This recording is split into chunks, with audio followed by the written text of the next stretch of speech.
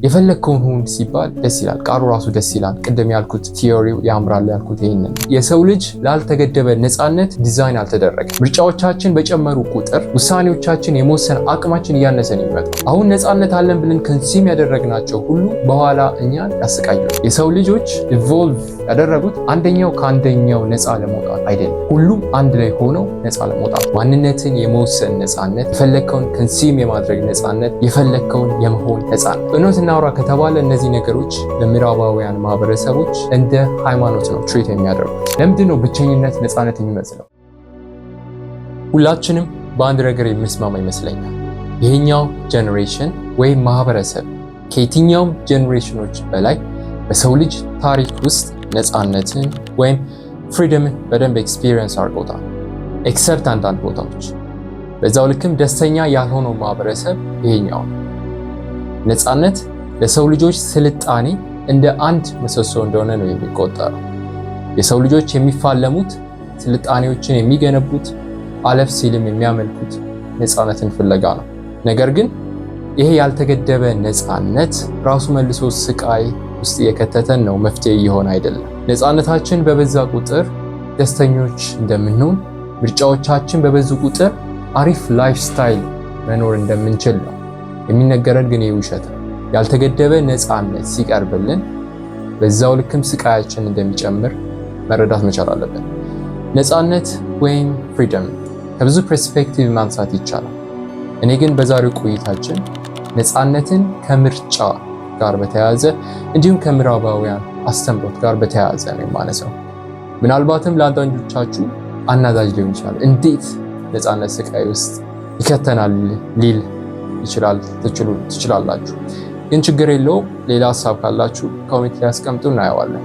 በዛሬው ቆይታችን የምንመልሰው ዋነኛው ጥያቄ አሁን ባለንበት ዘመናዊ ዓለም ውስጥ ያው በተለምዶ ዘመናዊ ስለምንለው ነው እንጂ አሁን ያለንበት ተለዋዋጭ ነው የሚባለው እና በዚህ ተለዋዋጭ ማህበረሰብ ውስጥ ያልተገደበ ነፃነት እየገደለን ነው ወይ የሚለው ነው።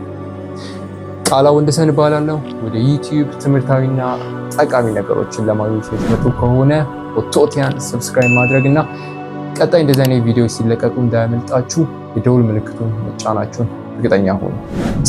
የመጀመሪያው ነገር የሚሆነው እንግዲህ ነፃነት ወይም ፍሪደም በቲዮሪ ደረጃ ያምራል። የፈለግከውን ካሪየር የመምረጥ ነፃነት፣ ማንነትን የመወሰን ነፃነት፣ የፈለግከውን ኮንሱም የማድረግ ነፃነት፣ የፈለግከውን የመሆን ነፃነት። እውነት እናውራ ከተባለ እነዚህ ነገሮች ለምዕራባውያን ማህበረሰቦች እንደ ሃይማኖት ነው ትሪት የሚያደርጉት።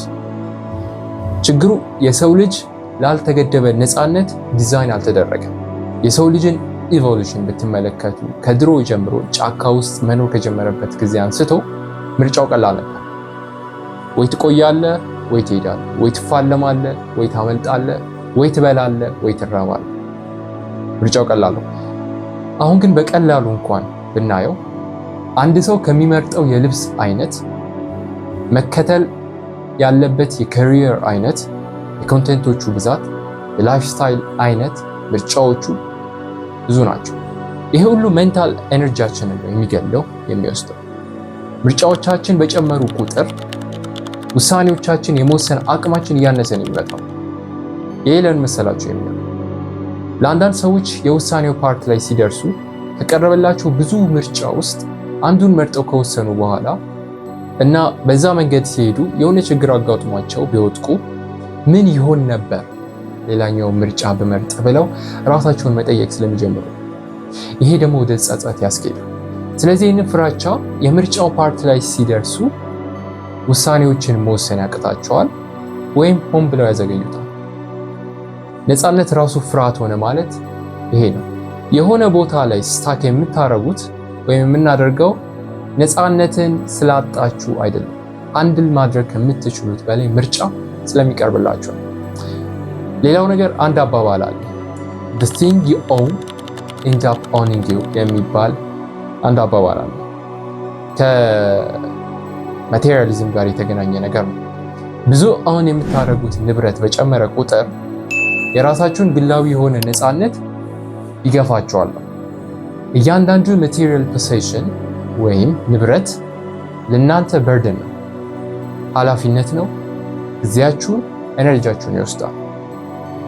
በአሁን ጊዜ ደግሞ ያለው ይሄ የኮንሱመሪዝም ትራፕ ደግሞ በከፍተኛ ሁኔታ እየጨመረ ነው። በዚህ ተለዋዋጭ ዘመን ላይ ሁሉም ሰው ማለት ባልችልም አብዛኛው ሰው ግን አዳዲስ ነገሮች ሲመጡ ሁሌ ኮንሱም ያደርጋል። መኪና፣ ቤት፣ ልብስ፣ ምግብ፣ በጣም ብዙ ነገር ነው እና አሁን እኛ ገዝተን አሁን ያደረግናቸው ነገሮች በኋላ እኛ መልሰው ይገዙናል። አሁን ነፃነት አለን ብለን ኮንሱም ያደረግናቸው ሁሉ በኋላ እኛን ያሰቃዩናል። አንዳንድ ሰዎች አጋጥሟችሁ ሊያውቅ ይችላል። ምንም ነገር አሁን አያደርጉም። ቤት የላቸውም፣ መኪና የላቸውም። አሁን የሚያደርጉት ንብረት አነስተኛ፣ በጣም ሚኒማሊስቲክ የሆነ ላይፍ ስታይል ነው የሚኖሩት። ዩዥዋሊ ይህን ታይፕ ኦፍ ላይፍ ስታይል ወደ ጃፓን ብትሄዱ ታገኙታላችሁ። የመግዛት አቅም ስለሌላቸው አይደለም፣ ነፃነት መጨረሻ ላይ ምን እንደሚፈጥር ስለሚረዱ ነው። ሁለተኛው ዝም ብላችሁ ኢማጂን አድርጉት እስቲ። የሆነ ሱፐርማርኬት ውስጥ ገብታችሁ ወተት ለመግዛት 30 አይነት ወተት ሲደረደር ስለ ወተት ምንም የምታውቁት ነገር የለም። የትኛው ነው ጥሩ የትኛው ነው መጥፎ ምንም የምታውቁት ነገር የለም። በተለይ እናንተ የውሳኔ ሰው ካልሆናችሁ አለቀላችሁ። ይሄ ነው ቾይስ ፓራላይሲስ የሚባለው የሚከሰትባችሁ እዚህ ፖይንት ላይ። ይሄ የተፈጠረው በጣም ብዙ ምርጫ ስላላችሁ ነው። አንዱን ወተት እንደምንም ብላችሁ ብታነሱ እንኳን ለስ ሳቲስፋይድ የመሆን ፊሊንግ ሊሰማችሁ ይችላል። ምናልባት ሌላውንስ ብታነሱት ምን ይሆን ነበር የሚል ጥያቄ ትጠይቃላችሁ። ግን አንድ የሆነ ፊክስድ አይነት ወተት ቢኖር ኖሮ በቃ ያንን አስሳችሁ ትሄዳላችሁ፣ አለቀ። ስለዚህ ነፃነት የሰጠን ያ ሁሉ ምርጫ እንደ አንድ ቶርቸር ነው የሆነ። በተመሳሳይ ሁኔታ የህይወታችን ፓት ምርጫ እንደዚህ ነው። ሰው የፈለገውን የመሆን መብት አለው። እኔ የለውም እያልኩኝ አይደለም። እያልኩኝ ያለሁት አንድ ሰው የፈለግከውን ሁን ሲባል ደስ ይላል፣ ቃሉ ራሱ ደስ ይላል። ቅድም ያልኩት ቲዮሪው ያምራል ያልኩት ይሄንን ነው። ግን የፈለገውን ሲሆን ማንነቱን የሚያጠፋው የሚሰባብረው ከሆነ ችግር ነው። ኦልሞስት ራሳቸውን ሪኢንቨንት የማድረግ ያክል ነው። ለዚህ ምሳሌ ቀላል አንድ ምሳሌ መውሰድ ይቻላል። ትራንስጀንደር በቂ ነው። ሌላ አገር ላይ ታውቁታላችሁ። ሶስተኛው አንድ ጥያቄ ልጠይቃችሁ። ለምንድን ነው ብቸኝነት ነፃነት የሚመስለው? ይህን ቪዲዮ በሌላ መልኩ እንድትረዱት አልፈልግም። ነፃነት ጥቅም የለውም እያልኩኝ አይደለም፣ ጥቅም አለው። ድሮ ነፃነትን ከቲራኒ ወይም ከጭቆና አገዛዝ ለማምለጥ ይጠቀሙበታል። የመናገር ነፃነት፣ ሀሳብን የመግለጽ ነፃነት እና ብዙ ነው። ዘመናዊ ነፃነት ግን የሚነግረን ምንም ነገር ኦን አታረጉ፣ በፈለጋችሁበት ሰዓት ትታችሁ መሄድ ትችላላችሁ፣ የፈለጋችሁትን ነገር ኤክስፕረስ ታደርጋላችሁ ያለምንም ኃላፊነት ያለምንም ኢሞሽናል ሪስክ፣ ማንን ኮምፕሮማይዝ እንደምታደርጉ እንኳን ሳትረዱ። የዚህን ጊዜ ነው የሞራሊቲ ጥያቄ እንኳን ቢነሳ ማንም ዞር ብሎ ያየው።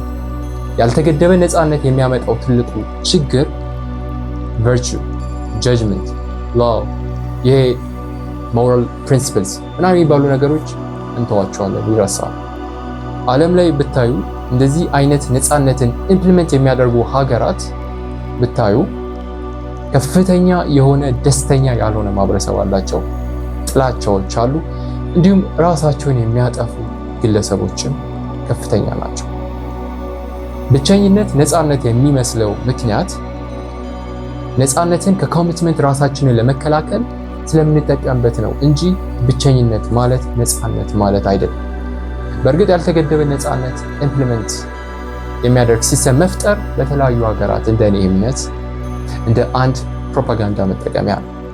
ለምሳሌ የተለያዩ ሃይማኖታዊ ሪፎርሜሽኖች አሉ፣ የጀንደር ወይም ጾታ ሪፎርሜሽኖች አሉ፣ የባህል በጣም ብዙ ናቸው። ግን ከዚህ ሁሉ ብዙ ሴክተሮች ላይ እየገባን ያልተገደበ ነፃነት ያመጣውን ችግር ማንሳት እንችላለን። ለምሳሌ ሕክምና ላይ ብዙ ሐኪሞች የሚሉት በአመጋገብ ምክንያት የሚከሰቱ ህመሞች ቀድሞውኑ መከላከል እንደሚቻል ነው።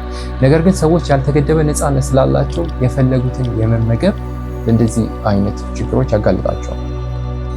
ምን መሰላችሁ? ምንድነው መሆን ያለበት የሚለው ስንመጣ ገደብ ያስፈልገዋል። ገደብ ፎከስ፣ ዳይብስ፣ ፐርፐስ ወይም ዓላማን ይፈጥራል። ይሄ ይህንን ያለ ገደብ መልቀቅ የምዕራባውያን አስተሳሰብ ሊብሬሽን የሚሉት ጭራሽ ረብሻና ብጥብጥ የሚፈጥረው። የሰው ልጆች ኢቮልቭ ያደረጉት አንደኛው ከአንደኛው ነፃ ለመውጣት አይደለም፣ ሁሉም አንድ ላይ ሆነው ነፃ ለመውጣት። ሶ አይ ሆፕ በዛሬው ቆይታችን ጠቃሚ ነገር እንደወሰዳችሁ ተስፋ አድርጋለሁ። በዚህ ቪዲዮ እስከ መጨረሻው ድረስ አብራችሁ ስለነበራችሁ አመሰግናለሁ። የዛሬው ቪዲዮ ጠቃሚ ሆኖ ካገኛችሁት ኦቶቲያን ሰብስክራይብ ማድረግ እና ቪዲዮን ላይክ እና ሼር ማድረጋችሁን እርግጠኛ ሁኑ።